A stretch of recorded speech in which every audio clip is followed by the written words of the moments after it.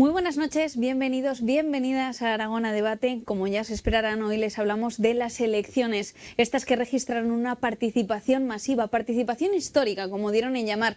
Un 75% de la ciudadanía acudía ayer a las urnas, en comparación con el 66% que acudían en 2016. Victoria, por su parte, del Partido Socialista, que se alzaba con 123 escaños, 38 más que en las elecciones anteriores. El Partido Popular caía, además estrepitosamente, perdiendo 71 diputados y se quedaban con 66. A falta de autocrítica, era lo que achacaban al fenómeno Vox, que entraba en el Parlamento con 23 escaños. Podemos, por su parte, también ha perdido unos cuantos votos y se quedaba en el Parlamento con 42 representantes. Auge también de los independentistas. Esquerra Republicana aumenta su representación en 15 escaños en comparación con los 9 que tenía en 2016, Juntos por Cataluña se queda en 7 y la coalición del PNV pasa de 4 diputados en 2016 a 5. Bildu, por su parte, los duplica. 2 tenía en 2016, se quedará con 4 para esta legislatura de 2019. Se cumplen, por lo tanto, las expectativas del CIS y vemos que el método Tezanos no estaba tan alejado de lo que era la realidad. Tenemos que hablar de la circunscripción de Zaragoza, donde las cifras han sido un tanto diferentes. Ciudadanos adelanta al Partido Popular en 16.000 votos, lo que se traduce en un diputado. El Partido Socialista, por su parte, se alza con 3 diputados en esta circunscripción. Les hablamos también de la coalición Podemos, Izquierda Unida y Equo, que adelanta en 7.000 votos a Vox. Se alzan así también estos verdes con su primer escaño en Aragón. Hablamos también del Senado. A nivel nacional, el Partido Socialista 121 escaños, el Partido Popular tan solo 56. Vemos cómo se da la vuelta a la tortilla con respecto a lo que veíamos en 2016, cuando los socialistas tenían tan solo 43 escaños y los populares 130. Ciudadanos entraría además al Senado con 4 diputados y Podemos perdería toda su representación. La circunscripción por Zaragoza también da un vuelco. En 2016 veíamos una representación Partido Popular par, que para este 2019 será Partido Socialista junto con Ciudadanos. De las elecciones nacionales hablaremos esta noche con nuestros invitados. Enrique Cebrián, profesor de Derecho Constitucional de UNIZAR. Señor Cebrián, buenas noches. Hola, buenas noches. Juan Rollo, editor de la página culturarsc.com. Señor Rollo, muy buenas noches. Muy buenas noches, muchas gracias. ¿Cuál es la primera visión que podemos volcar sobre estas elecciones? Bueno, pues un poco el resumen que hacías, ¿no? Una victoria amplia del Partido Socialista, no lo suficientemente amplia, desde luego, para tener una mayoría por sí mismo, que eso es algo que se ha repetido hasta la saciedad, pero que nunca está de más volver a decir, que eso parece que se ha marchado para mucho tiempo, al menos, de la política española.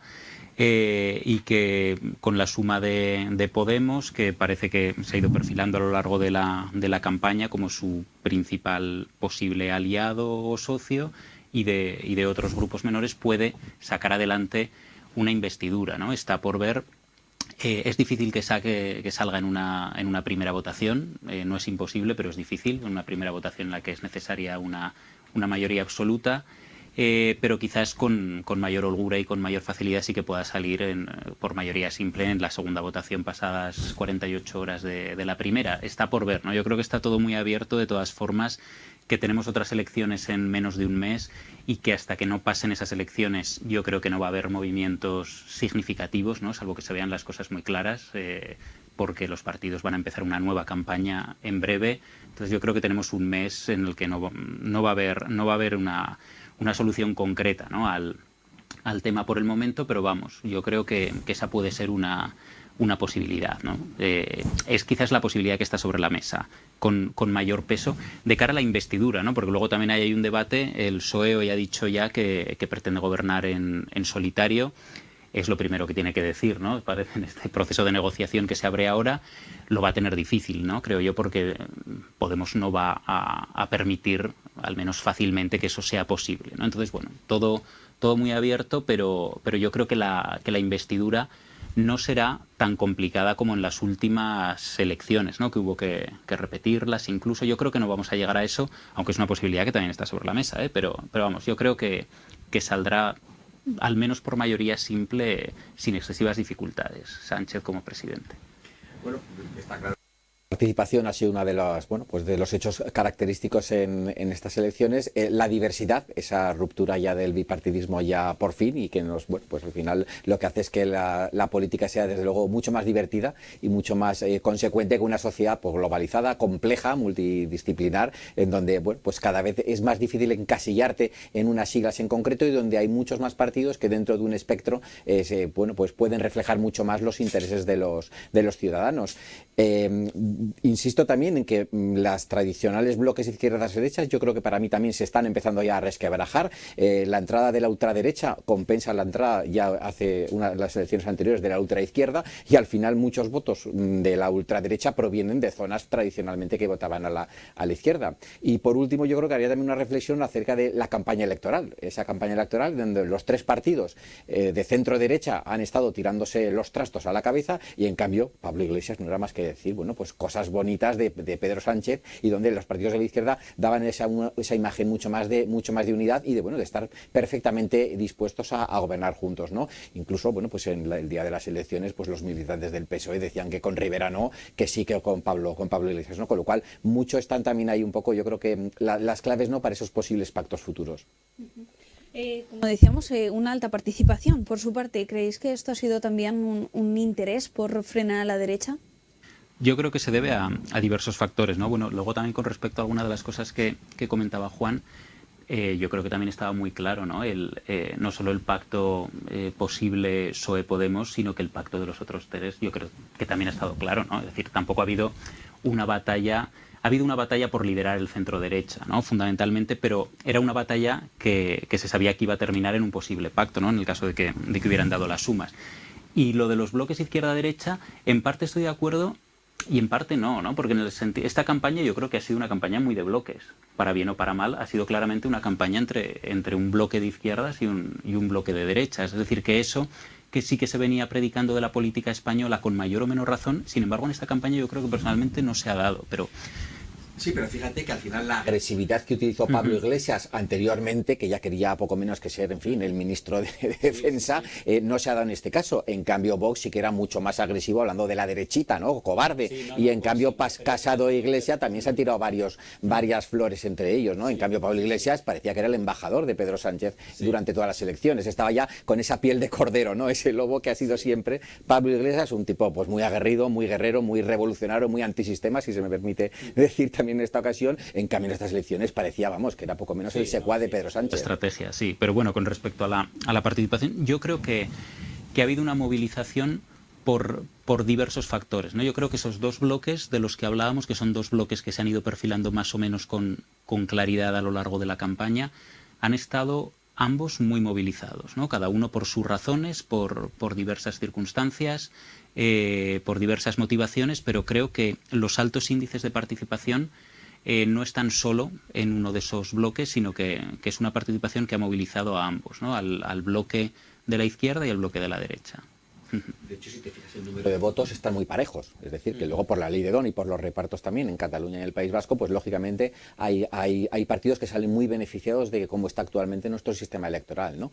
Pero realmente por votos sí que es verdad que ha habido mucho miedo a la ultraderecha, pero también había mucho miedo también a esa ruptura de España, hipotética ruptura de España, y a esa también, bueno, pues esos planteamientos más de izquierda, no tanto a la ultraizquierda, porque efectivamente Podemos ha tenido un perfil muchísimo más bajo, nada que ver con las anteriores elecciones, pero sí que es cierto que al final, bueno, pues el que se movilice la gente, el que vaya a votar, pues desde luego es una buenísima noticia. La duda que me queda a mí, si votas a favor de los tuyos o votas en contra de los otros, porque en muchos casos el miedo se azuzaba, oye, que se rompe España, oye, que viene la ultraderecha. Y entonces yo no sé, al final son gente que estaba convencida, que ideológicamente, bueno, pues muy asentadas sus ideas, o realmente lo que pensaba es que tenía miedo del contrario.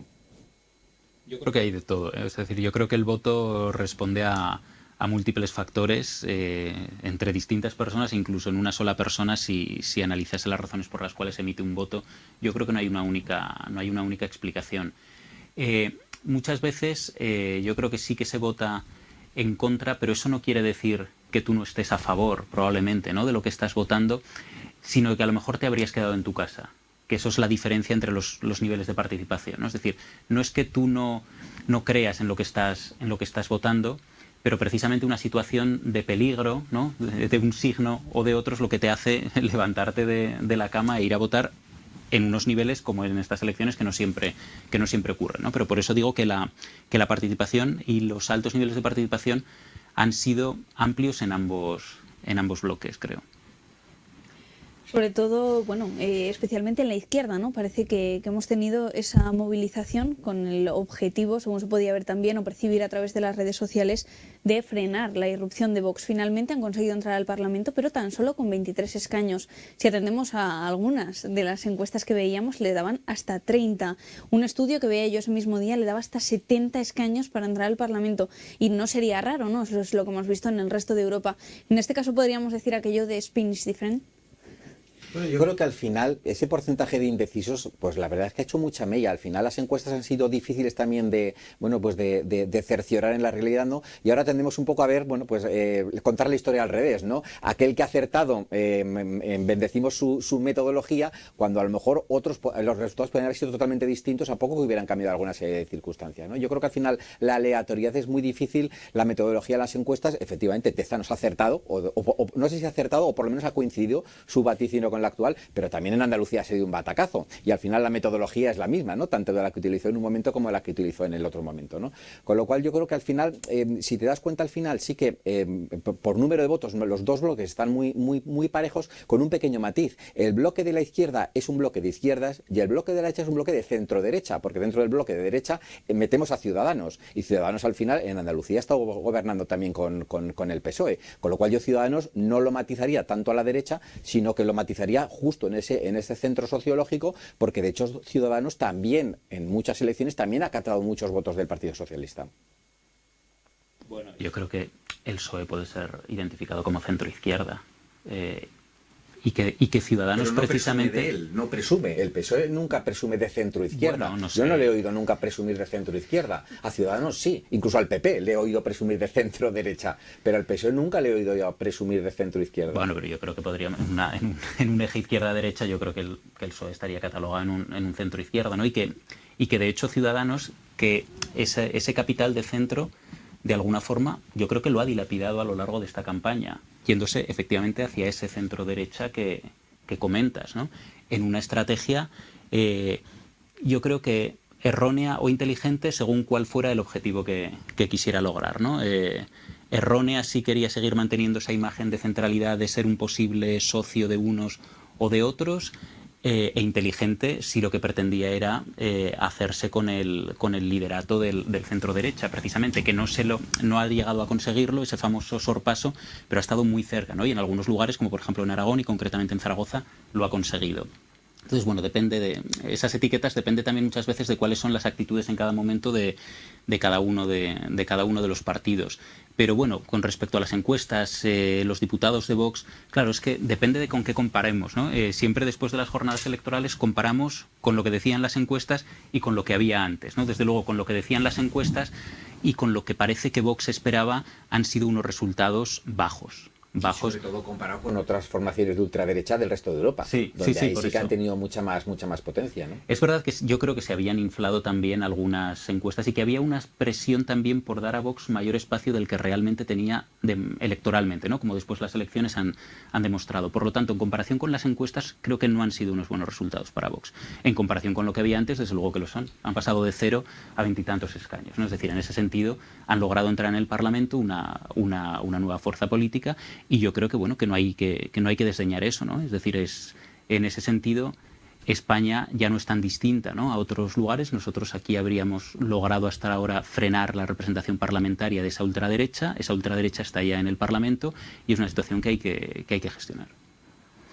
Consigue estar, pero con poca representación, también tenemos que decirlo. Con poca representación, efectivamente. Con respecto a esas encuestas, con respecto a lo que tenían antes, que era 0, bueno, pues han logrado entrar. Entonces, aumenta. El problema es que, la cuestión es que a Vox le puede pasar un poco también como le ha pasado a Podemos, ¿no? Que el problema es quién hay detrás de Vox, ¿no? ¿Cuánto capital humano tiene Vox, ¿no? Lo mismo que le sucedió también a Podemos, ¿no? ¿Cuánto capital humano había? Pues realmente estos partidos nuevos les cuesta mucho también, bueno, ponerse al nivel también, pues, de grandes partidos tradicionales profesionales que ya tienen una experiencia política. Ciudadanos lleva muchísimo más tiempo que Podemos, muchísimo más tiempo también que Vox, ¿no? Con lo cual realmente, bueno, pues ahora es cuando es la hora de la verdad, ¿no? Cuando se va a ver, cuando Vox, si puede realmente mantener ese nicho de mercado, también depende un poco también de cuáles sean las circunstancias sociológicas también que sucedan en España y cuáles sean los próximos acontecimientos y sobre todo también en muchos casos qué actitud tome el Partido Socialista con respecto de, bueno, pues cuestiones muy candentes como ese posible indulto, ¿no?, a los golpistas. No, únicamente también con respecto a lo que estábamos comentando de ese sorpaso o no sorpaso de Ciudadanos, porque lo comentaban esta mañana, precisamente esta semana tendrá lugar el recuento del llamado voto cera, ¿no?, de españoles, de los llamados residentes ausentes, ¿no?, de los españoles en el exterior. En la provincia de Zaragoza, precisamente, hay unos datos que son unos resultados muy ajustados que pueden acabar produciendo un baile en los resultados totales, ¿no? Porque el tercer escaño que ha logrado el PSOE por Zaragoza, que no estaba en ninguna encuesta o prácticamente en ninguna, desde luego como seguro no aparecía en la mayor parte de ellas, es un escaño que puede acabar finalmente en Ciudadanos. Porque entre los votos que ha recibido el PSOE para lograr ese tercer escaño y los que ha recibido Ciudadanos, que podrían suponer su segundo escaño, hay solo 38 votos de diferencia, solo 38.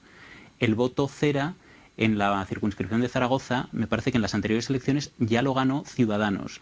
Es decir, es posible que en estas, que Ciudadanos ha tenido unos resultados todavía mejores, ese resultado vuelva a producirse. Si finalmente eso se confirma, es posible que el PSOE pierda un diputado a nivel que sería un diputado de Zaragoza, se quedara con 2 y Ciudadanos tuviera otros 2. Es decir, no es seguro, se sabrá a lo largo de esta semana, pero es una posibilidad que está ahí.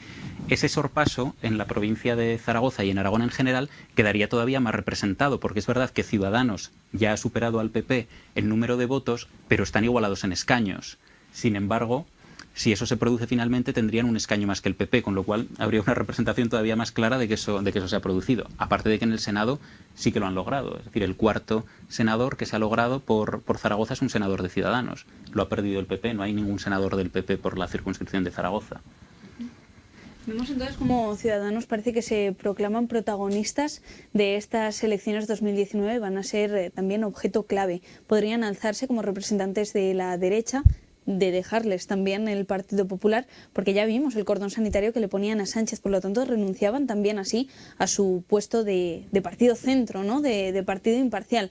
Por lo tanto, Ciudadanos abocado a la derecha. ¿Cómo veis los pactos? Ese es un poco el argumento que decía Enrique con muy buen tino, ¿no? Ese cordón sanitario que le había puesto Sánchez, que yo entiendo que eso es más un poco, bueno, pues por la propia trayectoria vital que ha tenido Sánchez, y al final, lógicamente, la política las hacen personas también. Y lo mismo que le pasaba a Albert Rivera con Rajoy, que no se podían ni ver, pues yo entiendo que le pasa algo también parecido con Sánchez, porque yo creo que el veto es para Sánchez, no para el PSOE. Sin embargo, incido también un poco en esa centralidad también de Ciudadanos, porque Ciudadanos ha renunciado a Vox en todos los casos, cosa que no ha hecho el PP. El PP abrazaba a Vox sin ningún sin ningún pudor.